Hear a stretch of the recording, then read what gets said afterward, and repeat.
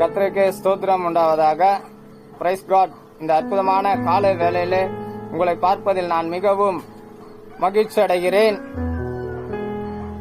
பிரபலமான வசனங்களை குறித்து இன்றைய தினத்தில் பார்க்க போகிறோம். சங்கீதத்தில் 23ஆம் அதிகாரத்தில் 1வது வசனத்தை வாசிப்போம்.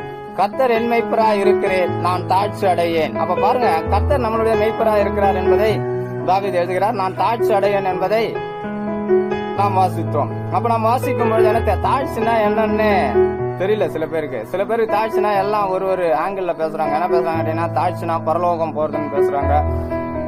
அப்புறம் என்னன்னா, தாழ்ச்சினா தாழ்மையா இருக்குதுன்னு சொல்லிட்டு பேசுறாங்க. ஆனால் ஆங்கில வேதாகம புஸ்தகத்தில் வாசிப்பீர்கள் என்றால், தி லிவிங் பைபிள்ல என்ன வருதுன்னு கேட்டீங்கன்னா, Psalm 23:1, because the Lord is my shepherd, I have everything I need. அப்ப பாருங்க, தமிழ்ல வாசிக்கும் போது கர்த்தர் என் மெய்ப்பராய் இருக்கிறேன், நான் தாழ்ச்சி அடையேன் என்ற வசனத்தை வாசித்தோம். அப்போ என்ன தெரியுதுன்னா, தாழ்ச்சினா நான் தெரியல. அப்ப தாழ்ச்சி குறித்து நம்ம ஆங்கிலத்துல வாசிப்போம் என்றால் அது நல்லா இருக்குது. I have everything I need. அப்ப பாருங்க, தாவீது என்ன சொல்லுகிறாருன்னு கேட்டீங்கன்னா, எனக்கு தேவையானது அனைத்தும் என்னிடத்தில் உள்ளன. அப்ப பாருங்க, தாவீது என்ன சொல்ல, I have everything I need, எனக்கு தேவையானது அனைத்தும் என்னிடம் உள்ளன என்பதை நாம் வாசித்தோம்.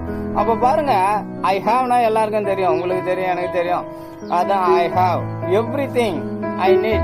தாவீது சொன்னது நாம் சொல்ல வேண்டும் என்பதை சொல்லுகிறேன். பாருங்க, இந்த மாசத்துல பீஸ் கட்டணும், இந்த பொருளாதாரத்தை எப்படி சந்திக்க போகிறோம், இந்த வீட்டு வாடகை எப்படி கட்ட போகிறோம் என்பதை நாம் நினைத்து கொண்டிருப்போம். ஆனா இதை காட்டிலும் தாவீது சொன்ன மாதிரியே நாம் சொல்ல வேண்டும். ஆங்கில வேதாகம புஸ்தகத்தில் I have everything I need, நமக்கு தேவையானது அனைத்தும் நம்மிடத்தில் உள்ளன, நமக்கு தேவையானது அனைத்தும் நம்மிடத்தில் உள்ளன என்பதை நாம் வாசித்தோம். இதை கேளுங்கள், கவனியுங்கள், பெல் பட்டனை அழுத்துங்கள். கர்த்தர் உங்களை ஆசீர்வதிப்பார்.